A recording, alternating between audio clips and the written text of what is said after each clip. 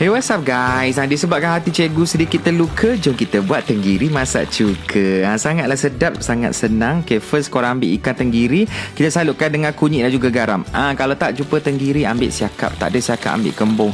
Tak ada kembung juga, korang ambil ikan badan raya dik. Selamatkan alam sekitar, guna ikan badan raya pun bagus juga. Okay, lepas tu korang masukkan 2 batang serai yang dah potong tengah, 1 biji bawang merah, 6 biji bawang ros macam ni yang tak potong, 6 ulas bawang putih, 1 sudu kecil biji sawi, kacang kejap. Daripada kita masukkan halia sikit, terpelanting halia merajuk kan. Lepas tu masukkan dalam 5-6 biji cili padi yang dipotong tengah lah. Okay, lepas tu masukkan air, and then baru kita tambah cuka makan dalam 2 sudu macam tu. Cuka nak bagi masam lah, and then tambahkan 1 sudu gula, garam sikit dengan sebut perasa secukupnya. Dah siap kita punya base ni, barulah kita masukkan 1 biji tomato dengan timun yang dipotong panjang-panjang macam ni.